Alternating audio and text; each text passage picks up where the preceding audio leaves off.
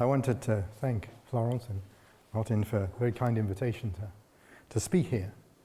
It was with great trepidation that I accepted. And the reason is that there have been many of these Parallelin-time meetings, and I've been to none of them before now. This is my first one.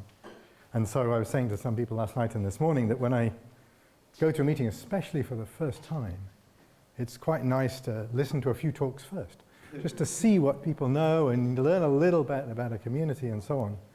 And so they deprived me of this possibility here, so I'm delighted to open this conference with the first talk. But I hope that I won't embarrass myself by speaking down to you, telling you things you already know, or speaking way over your heads and telling you things that you don't understand.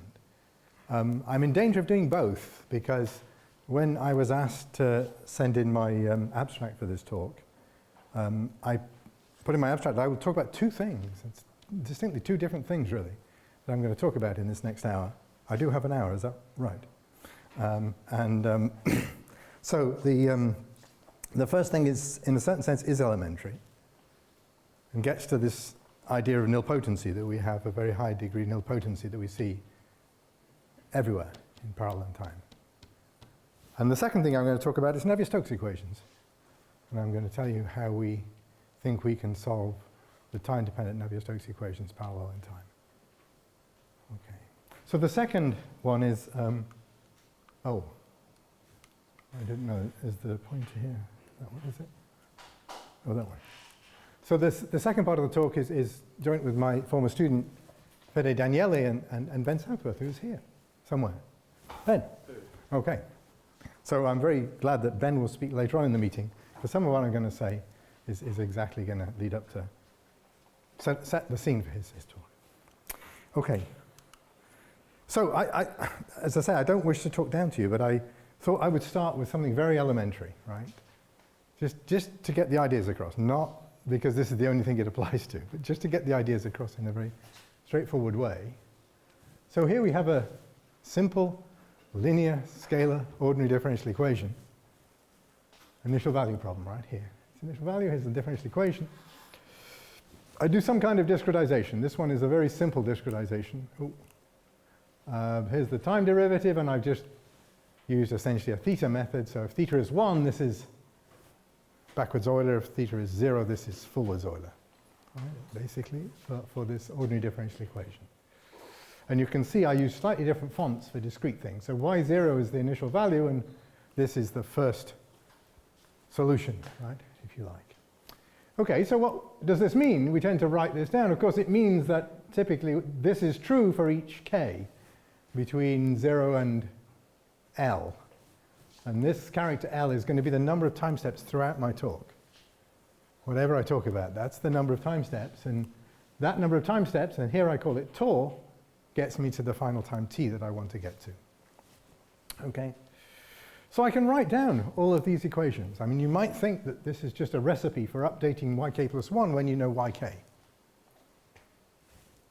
Well, that's the traditional way you think about it, but you can write down these equations, all of them. Here they are. Right? So this is the solution at the first time step, this is the solution at the second time step, third, and the last time step. And this I call vector y. And this is vector f, which has the initial value and the right-hand side. And what does this B thing look like? Well, this B thing, of course, is triangular, and it's lower bidiagonal. It's a fairly simple object. And these numbers B down the diagonal are just precisely 1 minus a theta tau.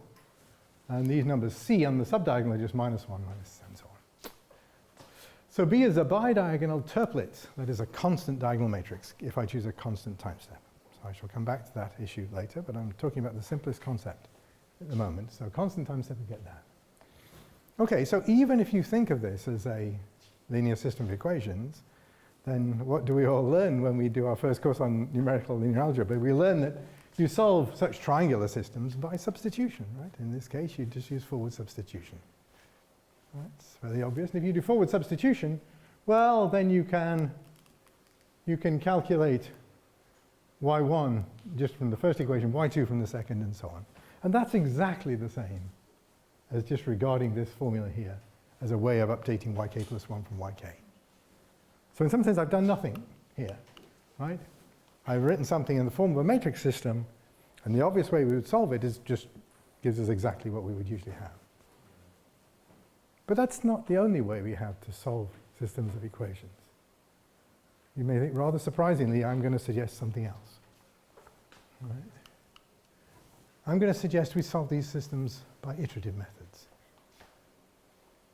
And in an iterative method, we need a matrix vector multiply and various vector operations and so on. But I just want to make sure that on one slide here, I put all you need to know about iterative methods, basically. And I realize this is not a community that necessarily is fully aware of all of these things, but I'm just now talking generically about Bx equals C. Right? B is a matrix, slightly different font, but it doesn't, I mean, this will be our all-at-once matrix, you know, this matrix here in a little while, but this is generic, right? So what happens? You start off with some initial vector, and these now have subscripts, you notice, for vectors. So these are vectors, the subscripts, and the superscripts here are the solutions at different time steps. Okay, is this clear? Okay. Where am I going? Where am I going? Here. Okay. So this way, all you need to know. So what you start off with x0, and you generate a sequence of iterates, x1 vector, x2 vector, and so on, up to xk. And to do that, you use one matrix times vector product at each iteration. So if you choose x naught equals naught, that's typically the choice. It doesn't have to be. I'm just, again, keeping things simple. Then x1 lies in the span of C. That's just the right-hand side. And x2 lies in the span of C and BC, because we've done one matrix vector product. And x3 lies in the span of C and BC and B times BC, which I write like that because we're not squaring B and then multiplying by C, of course. We're multiplying B by C, getting a vector, and then again multiplying B to get another vector. Okay? And generally, xk lies in the span of this set here, up to b to the k minus 1 times c. Again, which doesn't mean multiplying by b to the k minus 1. It just means by that stage, we'll have multiplied by b k minus 1 times, one in each of the previous iterations. So these are Krylov subspace methods. And more generally, if you write the residual like this, so in particular, R0 is C minus Vx0 for any x0 you choose, then what you're going to get is you're going to get R0 here instead of C, and you're going to get a linear combination of these vectors. In other words, you're going to get a polynomial in B times R0 to give you the residual at your kth iteration. This is the standard thing. And this is the Krylov subspace. And pk here is just a polynomial. This is a polynomial of degree k, and this is the normalization that you require so you don't get trivial polynomials. You solve the right system. Okay. So that's what happens in an iterative method. And later on. Suppose then if B has this decomposition. So this could be a diagonalization. It could be a Jordan form. I'm not saying that lambda is necessarily diagonal, but if it's diagonalizable, it is. If not, it's a Jordan block. Then you can immediately put this in here, and you just take norms, and you find that the size, this is just the two-norm vector. The two-norm, the sum squares of the entries divide and take the square root. The two-norm of Rk is bounded by, well, the two-norm of x, the two-norm of x inverse, and the two-norm of pk of lambda times R0. And so if B is the same as B transpose, in other words, if you happen to have a symmetric matrix, well, then we know that the eigenvectors are orthogonal. So x inverse is x transpose. And then this guy is 1 and this guy is 1, because these are orthogonal matrices then. And so then you only got this term. And the convergence, the residual at the k step relative to the residual where you start, is just the norm of this matrix. And this only depends on the eigenvalues. Because this really is a diagonalization if B is B transpose. There's no question about it, right? No Jordan forms for real symmetric matrices because of the spectral theorem. Okay, so you have convergence bound, which depends only on eigenvalues in that case. And it's well known if you have well-distributed or clustered eigenvalues, then you get fast convergence for such symmetric matrices. Okay. But all this is general in the sense that if this is not true, if you don't have symmetry, and we don't, we have this lower bidiagonal matrix, right? Then this is still true, whether this is a Jordan matrix or not. So that's all you need to know about iterations, really. Okay, so if we apply it to our so-called all-at-once system, here it is again. By is this. There's b and there's y, and here's f. But now I'm going to do something even simpler. I'm going to drop the f. I'm going to say, let's put f equals 0. Right? If you put f equals 0, then what happens here is, well, oh, all the f's drop out. And so I just get the initial condition. So in other words, my vector on the right-hand side, c as I called it on the generic side, but f here, it looks like this, where I just cross means it's a non-zero entry, and all the other entries are 0. And so y sub 1, not this guy, this is the solution at the first time step. The first vector that I'm going to generate with my iterative method is in the span of this. In other words, it only has its first entry non-zero. Right? And y sub 2 is in the span of this, and well, what's b times this vector? Well, because of its structure, it clearly has only its first 2 entries non-zero. Right? So y2 is in the span of this vector, that's r0 if you like, and that's b times r0. Right? And in general, yk lies in the span of the first k vectors, which have trailing zeros. Right? But we know the solution of this problem, y prime equals ay, is an exponential, right? We know this. And exponentials are always non-zero, so this can't be the solution. None of these can be the solution. Right? The solution is exponential, and so what it means is that we need L iterations if we're going to use this technique. And precisely what happens is you get the exact solution up to k tau at the kth iteration, and 0 for all the remaining time steps. And here's your reflection of causality, exactly like we had when we did forward substitution. Here's something completely sequential. You need L time steps to get the solution at, you need L iterations to get the solution at L time steps. And this corresponds exactly to your nilpotency of degree L. Okay. So this is not a Parallelin-time method, right? Of course, what is a Parallelin-time method is a method where I need a solution. I need many fewer than L iterations to achieve the solution at L time steps. Okay, so this is not a Parallelin-time method, but this is true, actually. I haven't been generic about what method I'm using or anything. Actually, it doesn't matter. If I had been in this case of having a symmetric matrix, which I'm not, then I could have used conjugate gradients and min-res. All of this would have been true. And it's certainly true whether I use GMRes by CG stab LSQR, and even if I use a stationary iteration, it's exactly the same.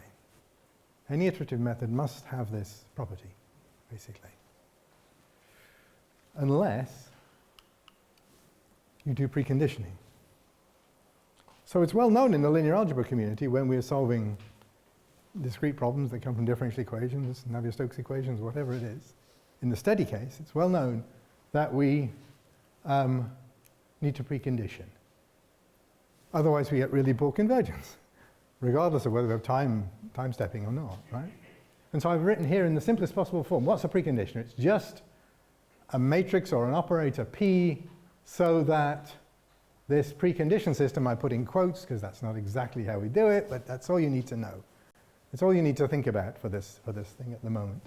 So that this problem is much easier to solve with your iterative method than your original problem. Clearly it has the same solution.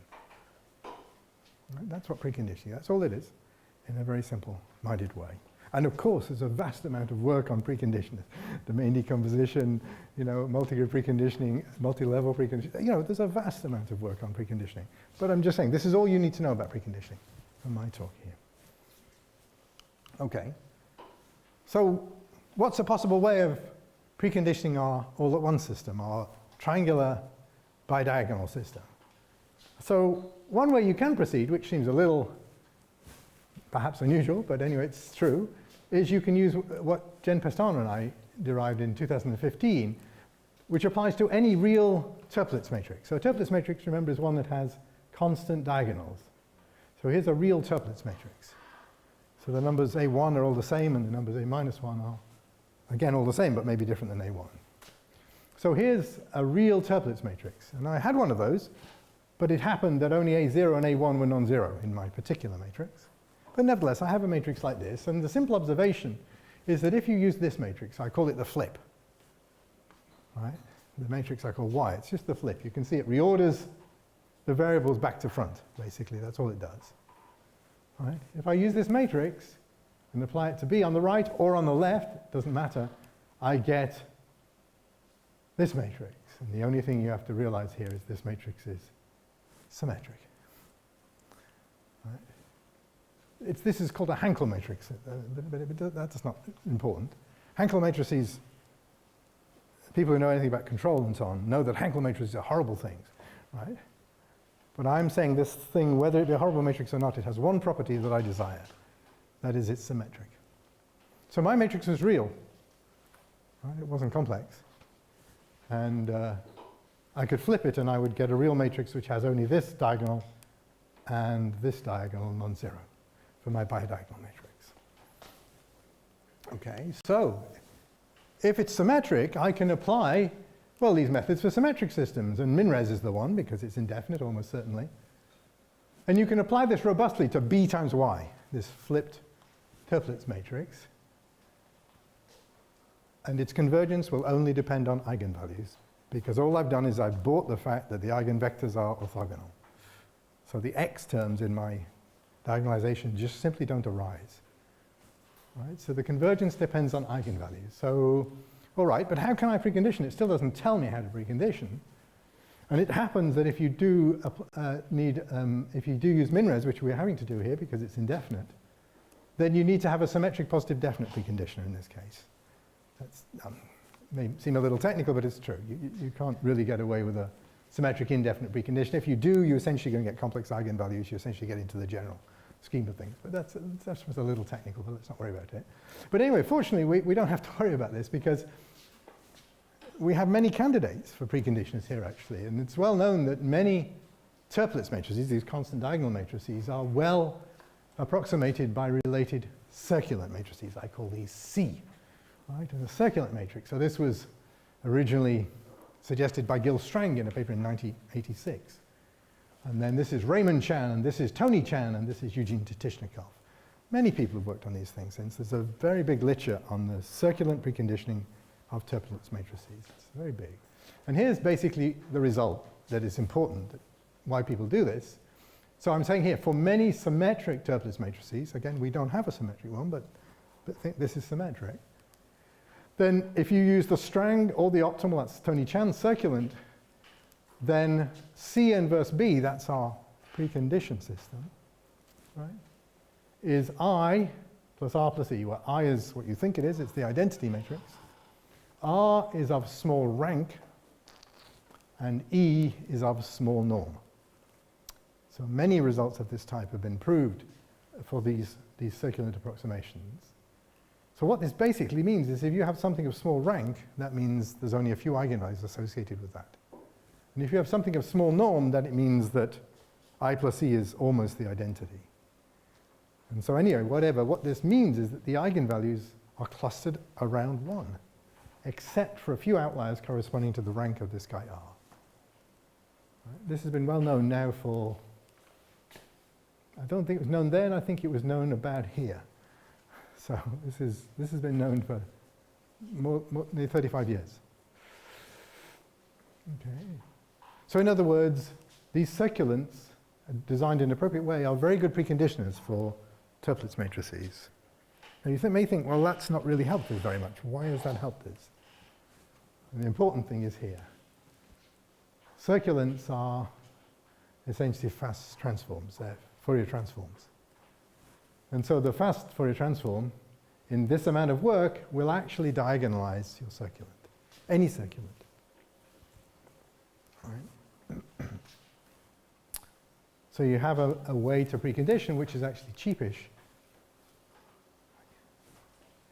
Okay, and it actually gives you very fast convergence. In our case, it'll give us convergence that does not depend on L. That'll be our crucial thing. Right. So this is, for example, Strang's circulant for that generic matrix. You take the middle of the matrix, as it were, up to here, and up to here, You throw away the outsides and then you just wrap it round so that this thing is the circular end. All right, so everything is periodic. So that's Strang's circulant, for example, for those of you who have not seen this. It's very simple to do. All right. Now, in our case, we don't have we need a positive definite preconditioner. So I'm going to use By, remember, that's my flipped Toeplitz matrix. And because I've got diagonalization, it's trivial in this case to create the absolute value of this matrix. The absolute value of a matrix is usually a horrible object, a really difficult thing to compute. But if you actually have diagonalization, which the FFT gives us explicitly, then it's trivial. The absolute value of C, you just take the absolute value of these eigenvalues. That's all you have to do. And the same, these are the Fourier modes, basically.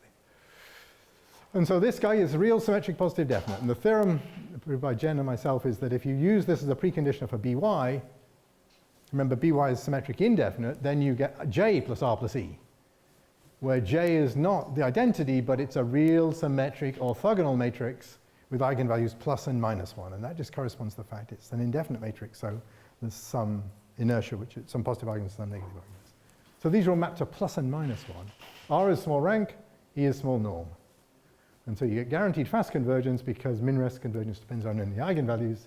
And this result tells you the eigenvalues are clustered around plus and minus 1, except for a few outliers that correspond to the rank of R.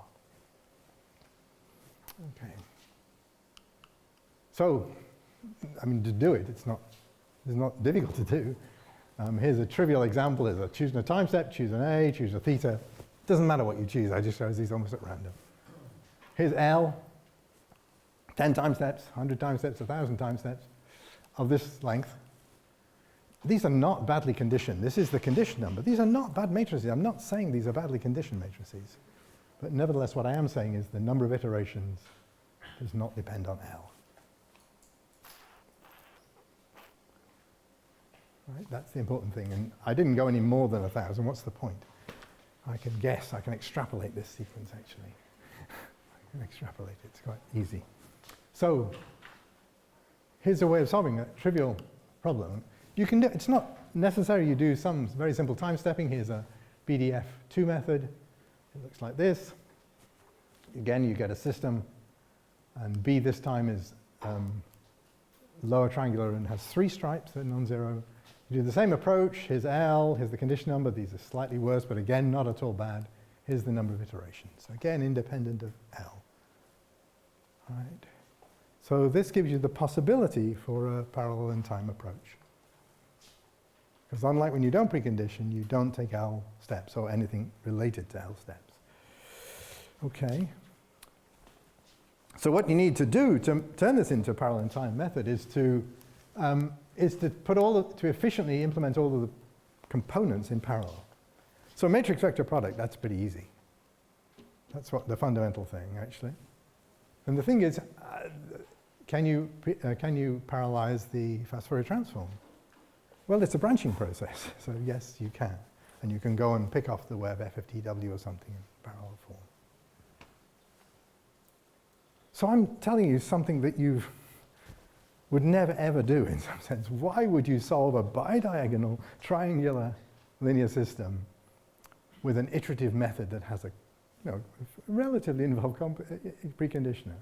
And the answer is because it might give you the solution in a number of clock cycles that's not dependent on the number of time steps. Okay, and I did present all this with the flip and so on, and that's simply because we can improve everything, because we have symmetric matrices. But actually, you don't need the flip. We observe that, and this is just an observation, it's not a proof because we don't have enough information. We don't know, humanity doesn't know enough about this wonderful GMRes method yet to be able to turn this into a theorem. I've tried very hard and I simply have not been able to do it. We observe that GMRes with just C as a preconditioner gives even better convergence, but with no proof. So if you want proof, then do the flip. If you don't want proof, just use GMRes. And you'll see that it takes half the number of steps as the min-res takes. Okay. So when I first presented this a few years ago, Tim Kelly was in the audience, and Tim Kelly said, this just means this preconditioner is Krylov friendly. And that's a rather nice phrase, I think. But anyway, you know, if something works in one context, then in a nearby context it might well work. And that's what we observe, but we can't prove. But what you're really interested, oh, sorry, before I go to that, sorry, let me tell you what you've done, what I've done in a very, in more analytical context, if you like. So I started off with this initial value problem. Okay. And I discretized it and I, you know, came up with this bidiagonal system. And all I've done is I've changed this problem by changing the initial condition. So all I've done is I've preconditioned with what I call a nearby, because it's very dangerous when you say similar, because that's a very technical word, a nearby problem, which is just this periodic problem. And this periodic problem happens to be amenable to this Fourier technology, which gives rapid and parallel application. Okay. So that's all I've really suggested. It's the same differential equation. So it doesn't have to be this simple. It can be essentially any differential equation. All I'm suggesting is that you periodize this.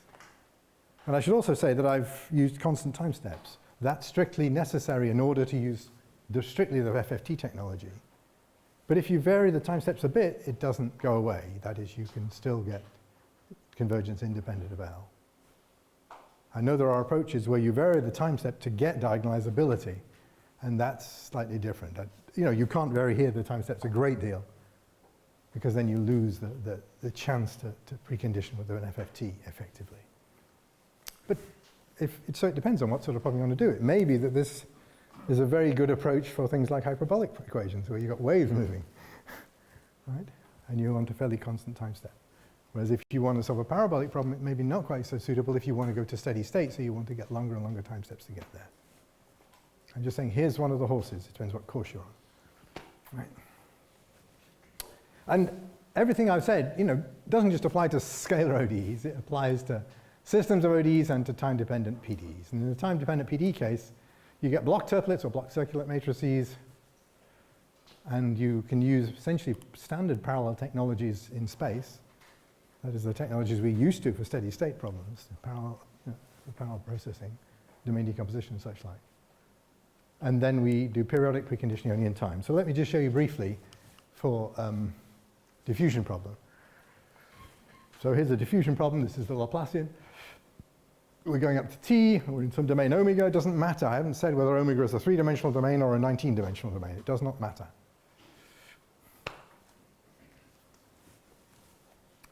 You're going to have to parallelize over all the variables you have in space, of course, but that's in space. So we've only got one dimension of time. That's the important thing, right? So we discretize. I'm going to use finite element methods. I'm going to use a mesh size h. I'm going to have n spatial degrees of freedom. Here is the so-called mass matrix. This is just like the L2 projection in finite elements. Here is the discrete Laplacian, the so-called stiffness matrix. I've just done backwards Euler here because I just thought it would make life a little bit simpler so you don't have this theta lying around. So here's backwards Euler. This comes from this. You can see the time difference. And this comes from this. And there's the FK. So again, this is a recipe for updating UK from UK minus 1. Or it's the solution at all time steps of this block lower bidiagonal matrix, which I call A sub BE, backwards Euler. And here's the right-hand side, depends on the initial data and on F. And this A0 and A1 are just linear combinations of this M and K matrix. Just writing it down. So if you do block forward substitution, you get causality, just like we did in the one-dimensional case, whereas you can precondition with this block circulant matrix, where all I've done is put this guy in the top corner to make it a circulant.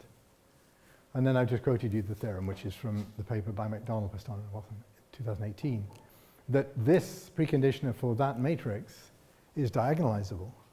That's perhaps the most surprising and the hardest thing to prove. It has L minus 1 times n. Remember, that's 1 less than the number of time steps times the total number of spatial degrees of freedom. Eigenvalues at 1. Right? And it has the remaining n eigenvalues which cluster around 1 for small h, for small mesh size. So what it basically says is you get fast and L-independent convergence. You can do the flip if you really want to guarantee that, or you can just use GMRes. If you use the appropriate iterative method, you can do it. Of course, what I'm doing here, everything was linear, right?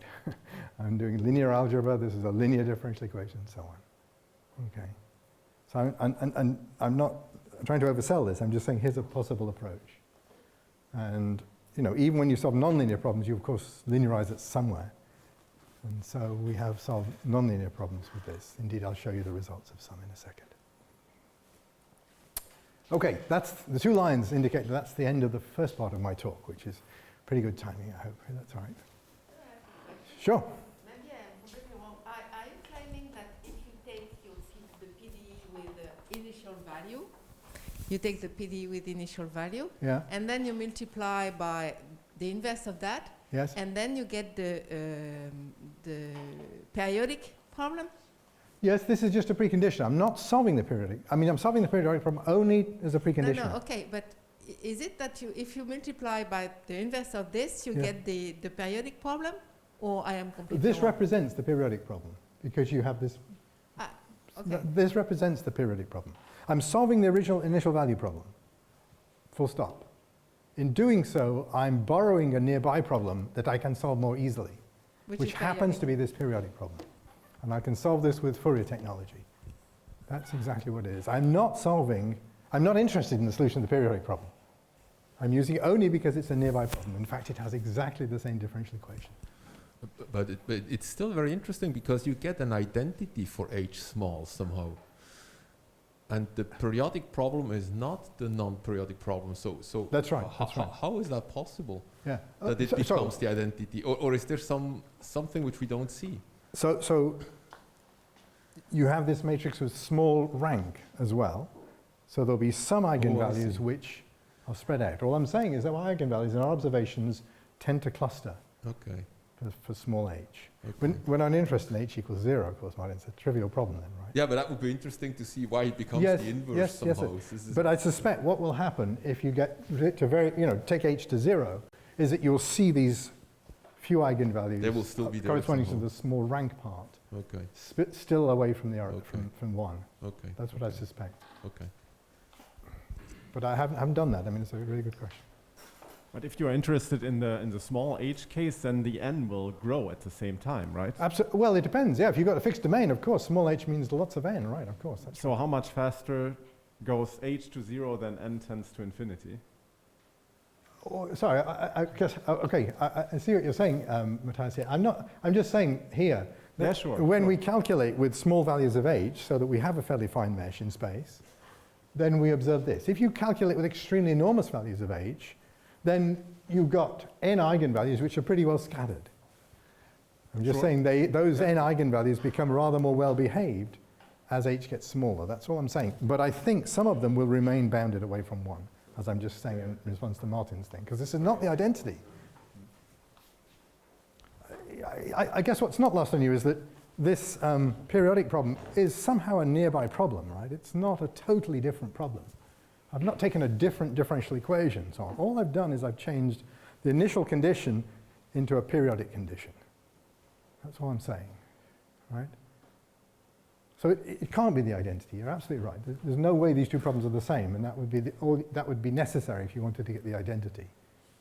But we don't need to get the identity in these Krylov methods. We only need to get something which is sort of close. And it can be close in terms of having eigenvalues clustered around 1. And if we have a few outliers, we really don't mind, because each of those outliers will take one iteration to deal with, basically. We understand this. I didn't put any results in here because, I could show you tables and tables of results for this thing, but I'm going to quote the paper at the end, and anybody who's really interested, you can go and look in CISC, and you can see the numerical results we calculated for this. All right. But I'm not making an asymptotic statement here. So if that's what you're interpreting, Matthias, I'm not making an asymptotic statement. I'm just making the observation that if we compute with relatively fine meshes, then this is what we observe. So some of this I say we can prove by doing this flipping. You have to do block flipping now, but it's essentially the same.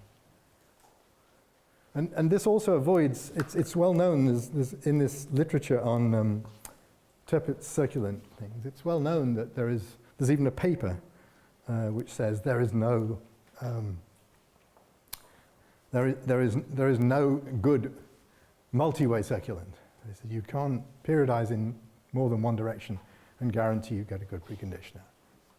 And I'm using the fact here only that time is just one direction, right? If time was in two directions, then this wouldn't work.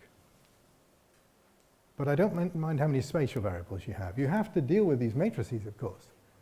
You have to multiply by these matrices, and as Matthias says, as h gets small, h gets bigger. So these are bigger matrices, these blocks. There's no doubt about it. Indeed, this is a huge system I'm writing down, because the number of block rows is equal to the number of time steps, and the blocks themselves are of the size equal to the number of spatial degrees of freedom. I'm just saying we have tools for dealing with spatial degrees of freedom, even in parallel. That's all I'm saying in a very slightly sweeping under the carpet way. I'm not saying anything else. Okay, any other questions on that? Okay, so I'm now going to go on to the second part. And the second part is about the solution of the Navier-Stokes equations, the incompressible Navier-Stokes equations. So here's the incompressible, here's the linearized incompressible Navier-Stokes equations. This W here, if this W was equal to U, then this would be the Navier-Stokes equations. This is one of the ways of linearizing the Navier-Stokes equations, to take this as a lagged variable in a so-called Oseen iteration, or Picard iteration. So I've just tried to include everything in one trait here. So here's the time derivative of the velocity. So U is the velocity. Depends on space. Again, this 2 or 3 dimensions of space typically. And time, of course, 1 dimension of time. Here's the U dot grad U, or W dot grad U term, the linearized term. Here's the viscosity. So mu here is some kind of viscosity, and this is the Laplacian of the different components of the velocity vector. And here's the gradient of the pressure. Okay.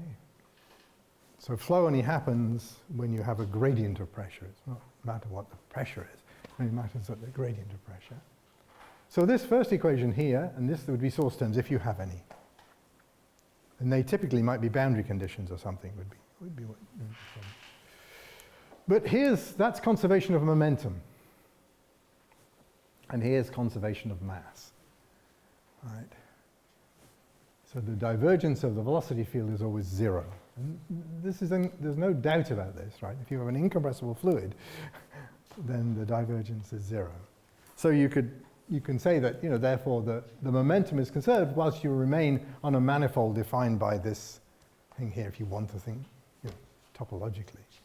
But I'm just going to think of this as 2 equations. Linearization, if you have small u or a small vessel like a Petri dish or something, then this term tends to be dropped because of the viscous effects are much more important over short length scales or over very thick liquids like treacle and honey and so on than inertia. And then you get this time-dependent Stokes equations, which is just the same, but you just drop this term here. Okay, so I'm going to try and cover all of these. Indeed, the results I'm going to give in the end are for one iteration of this for solving the Navier-Stokes equations. That is, I'm going to solve this equation once to get a velocity field. I'm going to put that velocity field as W. I'm going to put it in there. And then I'm going to solve this equation with that W as the first iteration of my Picard iteration. I'm going to show you the results for that, is what I'm going to show you at the end. So you have to do linearization somewhere. I'm just saying this is a very common linearization that is done. The other one, of course, would be a Newton linearization. That's also possible, but I'm trying to keep things a little simpler, so I didn't mention that here. Okay. So we discretize that. And again, I'm using Galerkin finite elements in space. You can use finite differences if you wish. I really don't mind. I haven't thought about spectral methods. I just haven't thought about them. I'm used to large sparse systems in a sense. But I'm thinking if I did finite elements here. I did backwards order in time just because I thought that was the simplest thing to think about. Again, I've taken constant time steps. I'm now calling them delta t, right? Because I'm not really dealing with, I just want to make sure you understand that delta t is different than the spatial variable in a very, very precise way. Okay? And so here's our equation. So I wish I could have put these on the same slide, but of course these equations get so long that it's somewhat difficult. So this term here is just going to give us essentially uk plus 1 minus uk over delta t, basically, right? This term here is going to give us some kind of advection term, and that's going to be denoted by curly w. This term here is going to be some kind of Laplace term, some diffusive term, right? And then this is the gradient of pressure, and this is its adjoint. That's the important thing. Minus the divergence is the adjoint of the gradient in little l2. So these two are adjoint variables. So when I come to discretize this, here's my time derivative, 1 over delta t, uk minus 1. And this m is just the mass matrix. It's what arises in finite elements. Just because you don't have infinite differences, it would be the identity. This is the diffusion part. There's mu, and this is just the discrete Laplacians. Okay? And this is the wind part, right? This is the w dot grad u. And here's the gradient of pressure, and here's the divergence of velocity. And as I say, these are adjoints. So these two operators are adjoints of each other, basically. Minus the divergence is actually the adjoint of the gradient. That's minus something is 0 is the same as something is 0, right? So this is our sort of discrete equations for k equals 1 to up to L. So again, this you can regard as a recipe for updating uk and pk knowing uk minus 1. Okay. I don't want to carry all of this around, so I'm going to take this, this, and this, all the terms that involve uk, and I'm going to put them in this operator I call f, so u comma k. And it's just to say m over delta t, so that's this term here, when I apply it to uk. Oh, sorry. And I'm going to put mu a, here it is, au, and this is going to be u multiplying uk, and w uk multiplying uk. So this is some kind of time-dependent advection diffusion operator. Right? That's all you need to worry about. It's Excuse me, in W, what is W in W? so curly w here, this guy, Yeah. is precisely the discretization of this term. Yeah, but W is given. So in this statement here, W is given.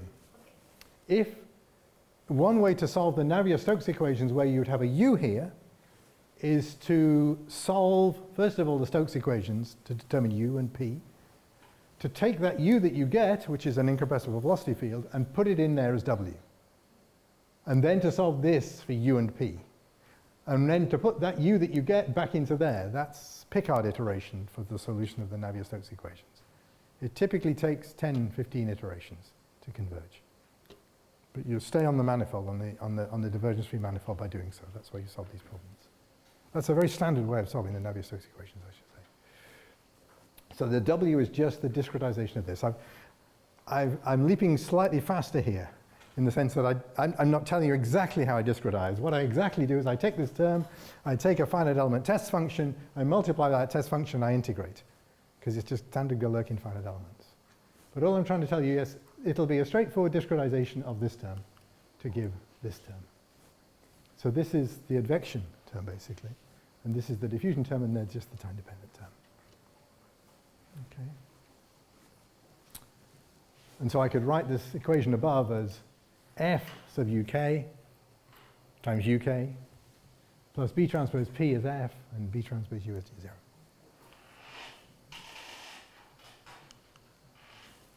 And so if I write down this as an all-at-once, a monolithic system, then I get a bidiagonal type matrix as you'd expect, because I'm only updating uk from uk minus 1. I'm not using uk minus 19, right? And it happens this has got these f guys in the top, and then this gradient and divergence, and a 0 down the bottom here. So this looks like a sort of the same sort of thing as a stationary Navier-Stokes operator. And then this term corresponds to the fact that you need u minus 1, as it were. That's this term here. Right? You need this term as well.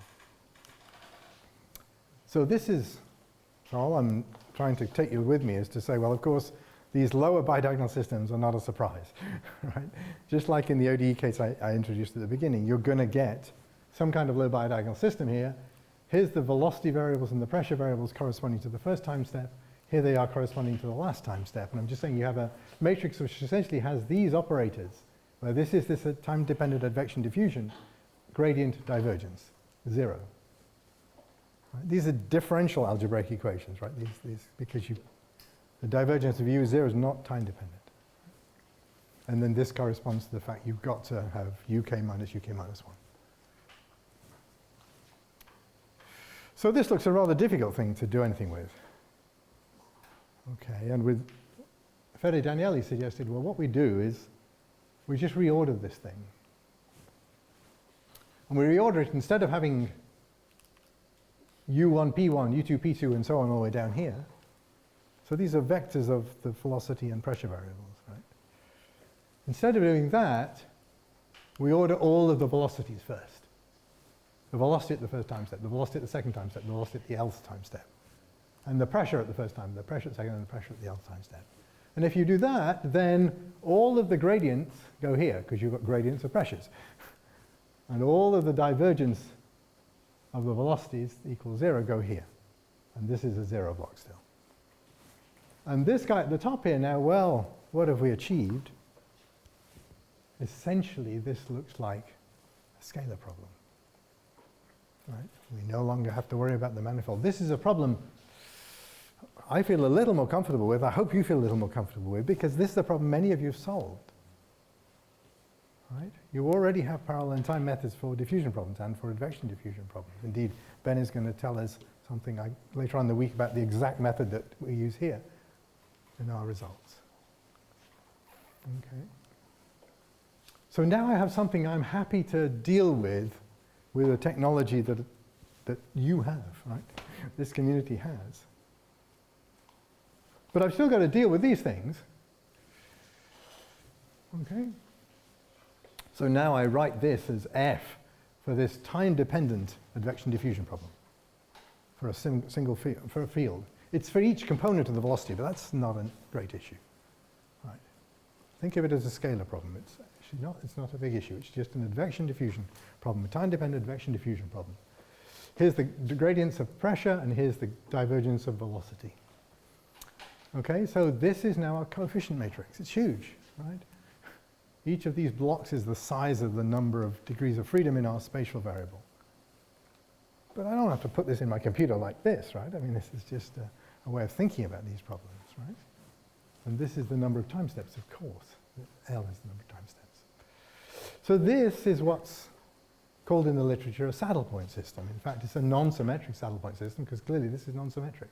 But it's saddle point because you have these two which are adjoints of each other. Okay? So F is now a time-dependent advection diffusion operator, diffusion only for the Stokes problem. But if you have this Oseen problem with a wind, then it's non-symmetric. Okay? And I guess I'm trying to tell you that this is something that humanity has quite good methods for. That's what, there's been a lot of work. That's the one thing I can realize, that the output of this community has been lots of good methods to try to solve this type of problem. I'm sure I'm going to hear more about such methods this week. Okay. So, if we have a saddle point system, then there's a very old result from 2000 with Malcolm Murphy and Jean Golub, that if you have such a system, so again, this is just in the abstract, you don't have to, but this is what we have, right? We have something like this now. It happens our F is a time-dependent advection diffusion. But anyway, we have such a system, then what you can easily show is that if you precondition it with this block diagonal matrix, so in other words, you say, I'm prepared to solve systems with my advection diffusion operator. What should I put in this bottom corner? And the answer is you should put this guy. It's flashing at me. I've got this guy, the so-called Shear complement.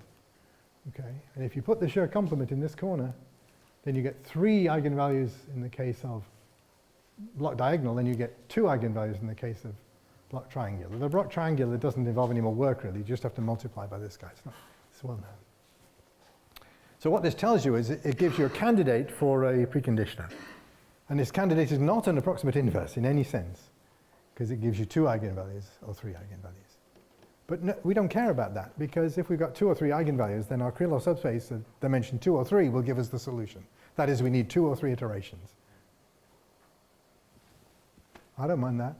2 or 3 are independent of n and of L, and, right, and all these things. So, min-res in the symmetric case, if this is symmetric, we aren't, so we have to use GM-res. In this non-symmetric case, we'll get convergence in 2 or 3 iterations. And what we want, therefore, is we want some way of solving time-dependent advection diffusion. I call that f-hat. That's your favorite method. We're using air, which is what Ben is going to talk about. Right? But you can use your favorite method there, whatever you want. And then you need an approximation of the shear complement, and you will get fast convergence. Okay, so I'm just telling you the result now, basically. And if we use a PinT method for f, and we use this shear complement approximation, so I'm telling you what S inverse is here. Really what we want to do is we want to multiply this by a vector, or we want to, we want to solve a system with S. And all you have to do, and there's quite a lot of analysis to get to this point, but I didn't want to dive into the most complicated stuff right at the end of the talk. It's all in the paper. In a sense, it follows in a very straightforward way. If you invert Laplace operators, that's what AP is. AP represents block diagonal matrices, discrete Laplacians on the pressure space. That's what the P denotes here. You multiply by FP. So there's batteries right here. This FP here, you can see the very faint green light, right? You multiply by FP. It's flashing at me. I assume that means the battery's running out. Okay. And then this M is just the mass matrices. That's easy. Okay. So you have to solve Laplace problems, you have to solve mass matrix problems, and you have to multiply by your advection diffusion operator. That's not difficult. Your block bidiagonal matrix. Then this is a very good approximation of the shear complement. Oh, okay. Thank you. Thank you. Yeah, okay. So red one there, right? So here's the mass matrices. Here's the discrete Laplacians. All I'm telling you is we have a very good approximation for the shear complement in this case. And that's based upon work that we've done over many years for the steady Navier-Stokes equations. And it's actually not a lot different, as it happens. The time dependence doesn't really confuse us too much, though it's all done in the paper I'm going to refer to. So this is, essentially this approach is what's called PCD, pressure convection diffusion, in the literature for steady problems. And you can find this in my book with Howard Ellman and David Sylvester. It's completely described. And it's quite, it's quite well used for steady problems. And I'm just saying, there is now an analogous thing for time-dependent problems. And it involves exactly these same things, but now this guy is a time-dependent operator. Right? This is a time-dependent advection diffusion. In the steady case, it's just steady advection diffusion, that's all. And these, instead of being just a single mass matrix, are now a block diagonal set of mass matrices. Well, if it's block diagonal, that's clearly parallel, right? There's really no difficulty in solving a block diagonal system. It's embarrassing. And this is a block diagonal. The number of blocks being equal to the number of time steps. Okay, so this is the shear complement approximation that we use. And so I've just put in one set of results, and this is exactly what I said earlier on. I take the Stokes problem and I solve it for the velocity and the pressure. I then take that velocity, the Stokes velocity, which is incompressible because it satisfies dv equals 0, I put that into as the wind into my Oseen problem. And this is what happens. And all I've done here is this is delta t across the top. This is delta x down here. This on a square, basically. It's not delta x, delta y are the same. And all I've done is this would be 3 in the exact case if I did everything perfectly. But no, I'm not doing everything perfectly. Okay, I'm now using this, and there's some approximation here. Okay. And so here, that's what happens. So you can see this is the time steps. Sorry, this is all on problems on 0, 1. So this is the time step. So there's 1,000 time steps here. Yeah. Right? Or perhaps half 1,000. Sorry, 0, 1, not 0, 2. And correspondingly 10 times more, 10 times more, 10 times more, 10 times more. So the number of time steps is different in all these problems. the actual size of the time step is changing. But the interval is not. So without brackets, you have what happens if you literally take direct methods and invert all these operators. And that's sort of inefficient. But that's the best you can achieve.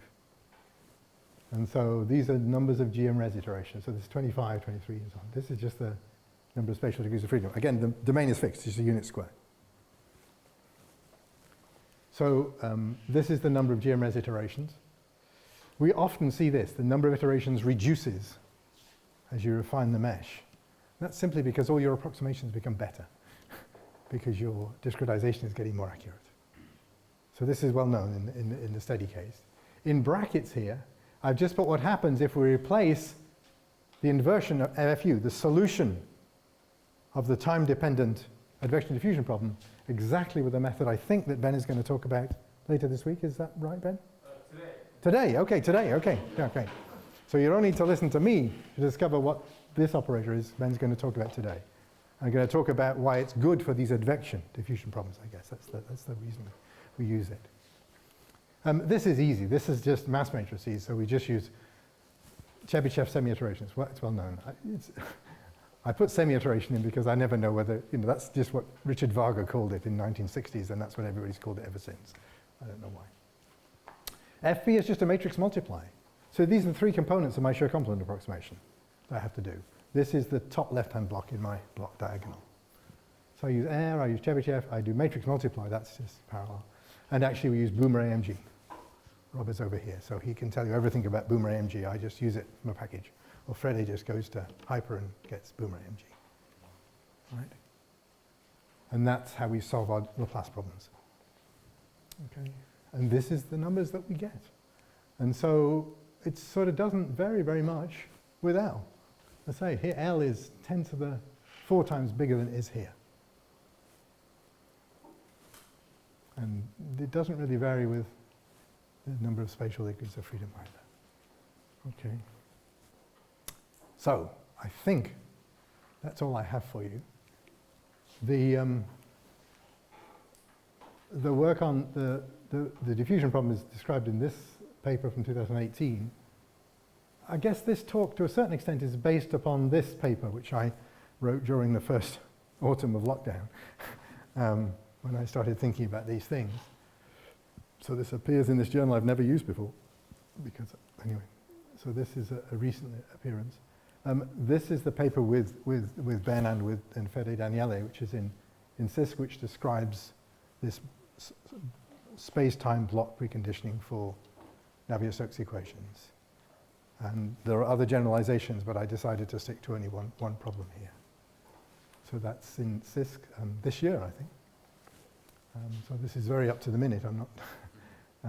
This is the book with Howard and David, which is Oxford University Press, and the second edition is 2014. But this is where this book is really all about steady problems. But it's there that you can see what PCD is and so on. There is one chapter on time-dependent problems, but it's largely about steady problems.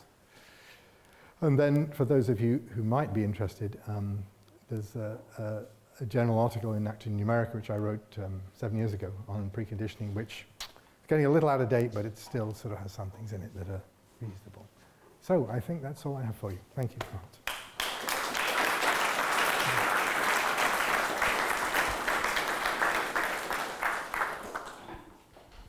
Annie, thank you for the talk. I have one question regarding your experiments on the second to last slide. So Okay. We see that the number of iterations is increasing when we use this approximate Yes. inverse. This is Yes. because you use a fixed number of iterations here for your... Yes, I think we do exactly. I can comment on that. So the degradation and convergence is because you use a fixed number of iterations, and specifically for error in the time-dependent diffusion dominated case, it's not perfectly scalable. And so that inner approximation is not as good as you use a bigger and bigger problem. And so the outer number of iterations degrades a little bit because of that. Because the inverse is not good enough. Exactly. Okay, thank you. I still don't think 34 is bad, actually. I mean, honestly, given that these problems are huge, right? Yeah. I have a question about the first part, the Dahlquist equation. If you put an imaginary A in the Dahlquist equation, Okay, yeah. then the Minres trick with symmetrization would not work. Would not work, right? that's right. So there's no theoretical That's right. results If in that this is a case. complex matrix, if this Yeah, is a yeah. complex symmetric, a complex Toeplitz matrix, then when you flip, you get a complex symmetric matrix and not And it's not a Hermitian Yeah, matrix. okay. So there's nothing known in that case that Doesn't- one could say. I've thought about it a little bit. I can't see anything you can do. Okay. Complex symmetric matrices are not particularly nice It's not objects, as you nice, probably know, Martin. that's So I hope I said this is a real Toeplitz matrix here, Yes. where it does apply. But yes, it's a trick. You know, mathematics has little tricks in it. Every so often this is a trick. Yeah. And it doesn't work when you have complex field. Okay. That's absolutely right. Thanks. Absolutely right. Thank you for the very interesting talk. I still have a question about the approximation of Navier-Stokes by Stokes. Yeah? Because if you want to compute Navier-Stokes, the nonlinear Navier-Stokes, then you will have an Ozin equation here where the W would depend on the iteration. Sure. That's I right. guess. That's exactly so. And And I showed you results from the first iteration of the Ozin process. okay. The first Ozin problem that arises in... And how does your process affect the number of iterations or it does not? Oh, I don't think it does at all. I don't think there's any reason it should affect the number of iterations of the Picard, you mean. Yeah, but it changes the... We have some results on Navier-Stokes in our paper. I didn't... For the nonlinear iteration? Yes. Yeah, it was small. So we took maybe one or two more nonlinear iterations. I can't remember. Yeah, I'm sorry. They're in the paper, but I didn't put the results in here. You're right. I mean, it changes slightly. But everything's incredible. You know, when you have something that's fairly insensitive, it seems, it's sufficiently close to the nonlinear problem that it's fairly insensitive even in that case. Depends when you start. maybe. Depends on your... When you start. Well, I mean, I start always with this linear problem, because then I satisfy that I'm on the manifold, right. And this problem is not a difficulty. I mean, this is, then the wind is zero, so this is just a diffusion problem.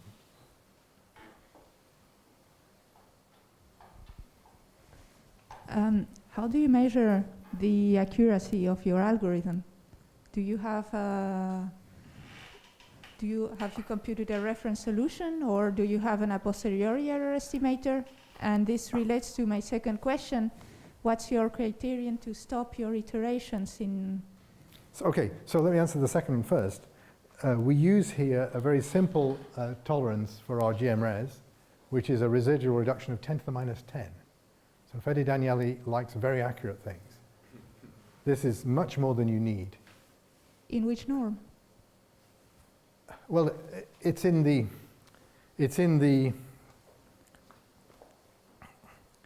so GMRes is stopping based upon the residual, and the residual in the 2 norm, but then when you precondition, it's in the preconditioner norm, essentially, based upon P transpose P, or P to the minus TP, I forget. Okay. Mm-hmm. So it's based on that. I guess what I'm saying is the results I showed you were for much more accuracy. I'm sure that there's much more algebraic error in those later iterations than there is anything to do with discretization. And I would agree with you, your first question. One should use an a posteriori estimator to decide when to stop. We simply haven't done that here because we're just trying to solve the problem for the first time and we haven't got this extra technology at this stage. In my book with Howard and David, we put a great deal of effort for the steady problem on precisely the issue you're raising. When do you stop? You stop when your algebraic error is somehow comparable with your discretization error, which you estimate by a posteriori. So that's the way I would do it, but we have not done it here simply because we haven't built in this extra technology at this stage. Can you give a final idea about the scale, the parallel efficiency that you get? So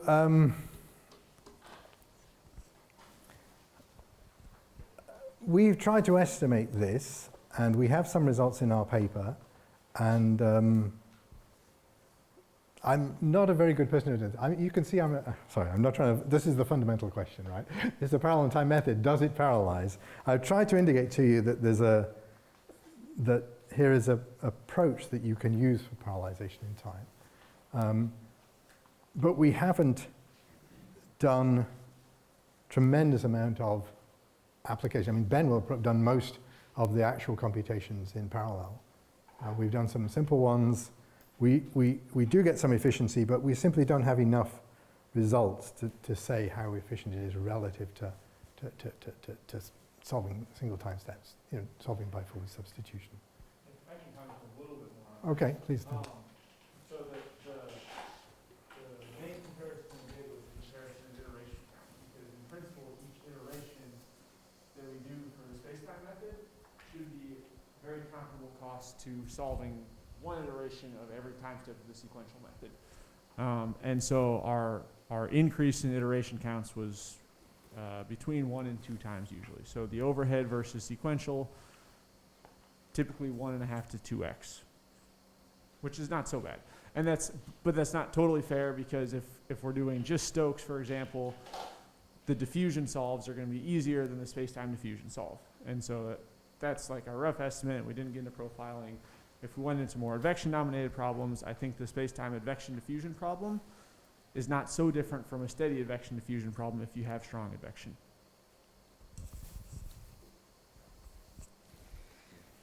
No. I'm sorry, I hope that partially answers your question. We've not done everything, and we've certainly not done it.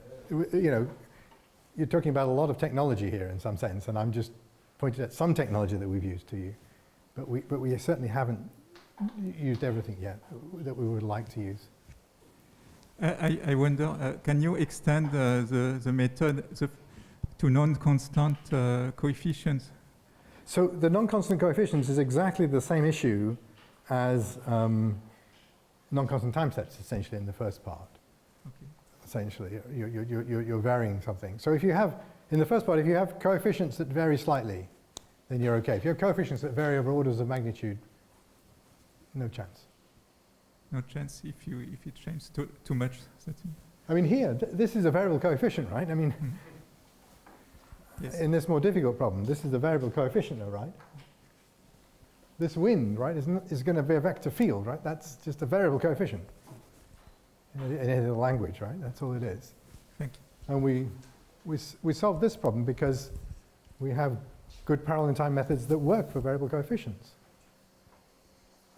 But for the first part, in some sense, I'm trying to be very simplistic. And so, yes, I'm talking about constant coefficients, and I'm talking about constant time steps. Strictly. I'm just saying you can vary both of those a bit in our computations, and the thing remains pretty stable. Gets a little worse, but that's it. But of course, if you vary either of those or both of those significantly, then you have nothing like the structures. You can't precondition a general matrix with a circular matrix. That just doesn't work. Oh, hi. That reads my answers. That's what you're asking, I hope. Yeah, okay, sorry. So I'm curious about the saddle point system you showed earlier. Yeah. I'm just wondering if, I mean, it reminds me a lot of a sort of KKT system you get from an optimization problem, the sort of adjoint. I'm just wondering if there's a way to work backwards from this to get to some nonlinear optimization problem. And I suppose the Navier-Stokes equations are sort of posed like a nonlinear optimization, but Yeah. I'm just wondering if there's some way to... I mean, if you want to think about this as an optimization problem, then, here's a constraint, right? And, you can certainly think of Stokes. This equation comes from minimization of viscous energy.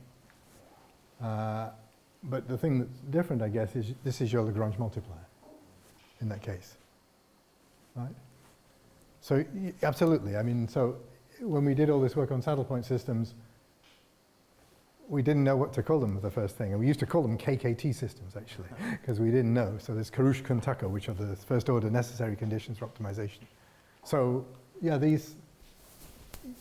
optimizers know a lot about this. I have several papers on optimization that involve these saddle point systems. But I don't know, you're saying, can you unpick it, can you go backwards? You can certainly write down these problems as variational problems with constraints. That's no doubt about it. As I say, for the Stokes problem, you can just write it down as trying to minimize viscous energy dissipation, right, whilst remaining on the constraint manifold, the conservation of mass manifold. That's, Well, I suppose I was just thinking there's quite a few like parallel-in-time methods for solving time-dependent constrained optimization. okay, okay. So, yeah. Anyway, yeah. Okay, I think I think- they I would think you be had they some would be questions. alternatives to what I'm suggesting here then, I guess, absolutely. Yeah. These constraints are not trivial, right? You know, they're not bound constraints or anything. This is the whole field that needs to be divergence-free to conserve mass. Engineers don't like losing mass, you know. Whenever I work with engineers, this is the equation they want solved. And if I can solve the first one, well, okay, they'll be happy. But they want the second one solved. Okay, There's another one, yeah. maybe last question.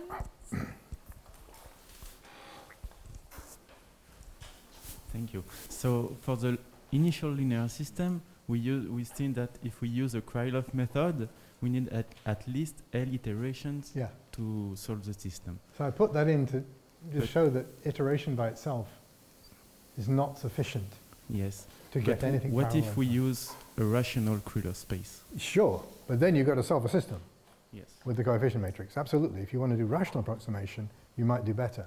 But essentially, in doing a rational approximation, you've got to solve a shift and inverted system. That might or might not be as the same amount of work as the original problem. Okay. Okay. Yeah, no, but you're right. You're absolutely right. There are good reasons to use rational Krylov methods in some times. But the issue is always solving the shifted system, always with a rational Krylov method. Can I just make a last comment to this, because this argument is really interesting. Suppose your Southworth equation has a large real coefficient. Then this argument fails because the solution is going to be zero. You have exponential, very fast decay. This is the same. You're going to get an approximate solution, right? This is never zero because it's an exponential. It'd be very close to zero, I agree. Exactly. In floating point, it could be zero. So you could, in floating point, get the solution at very early time steps. That's basically the reason why parallel works with such problems. Oh, is it? Okay, well, I wouldn't understand And that. it appears in domain decomposition and scaling for many subdomains if you're one-dimensional in a molecule, for example. Okay, So this argument is true mathematically, but Okay. maybe computationally it does not apply. okay, well, yeah, if you have A is very large, then for sure you'll get very rapid, large and negative, you get very rapid decay, of So course. then it becomes a fully parallel problem because it's only the F which survives. The initial condition. Yeah, so I put F equals 0 here just to make the argument very, very clear, but because everything's linear here, you can just superpose and the argument goes through anyway. It's just not so clear. And then it's parallel because the solution Yes, later in time only depends on F but not on the initial condition because the initial condition decays so exponentially fast that after a few times it's not alive. Okay, okay. It's an interesting way to look at it. I know nothing about parallel, really. I'm hoping I'll learn something. I'm one of the only people in the audience who knows nothing about parallel, and I'm hoping to learn something this conference. Okay. But the observation is absolutely particularly. I propose to thank again Andy and to continue the discussion at the coffee break.